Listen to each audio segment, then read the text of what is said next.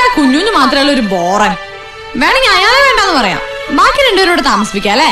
അല്ല അത് അന്ന് അയാളാ കുഴപ്പം മുഴുവൻ ഉണ്ടാക്കിയത്. വൃത്തികെട്ടവൻ, പരമനാറി, സാമദ്രോഹി. അത് പിന്നെ അയാള് വെറുതെ തമാശക്ക്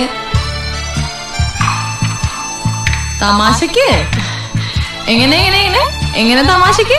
നീ വേഗം റെഡിയാ സ്കൂളിൽ പോ. ഇതിനൊരു തീരുമാനം ഉണ്ടാക്കിട്ട് പോവാം.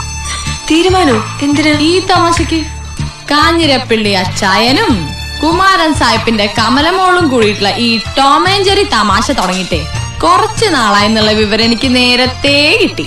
എവിടെ വരെ പോകുന്നു നോക്കുമായിരുന്നു ഞാൻ. പക്ഷെ അന്നത്തെ ഗെറ്റ് ഔട്ട് ആകെ കൺഫ്യൂഷൻ ആക്കി.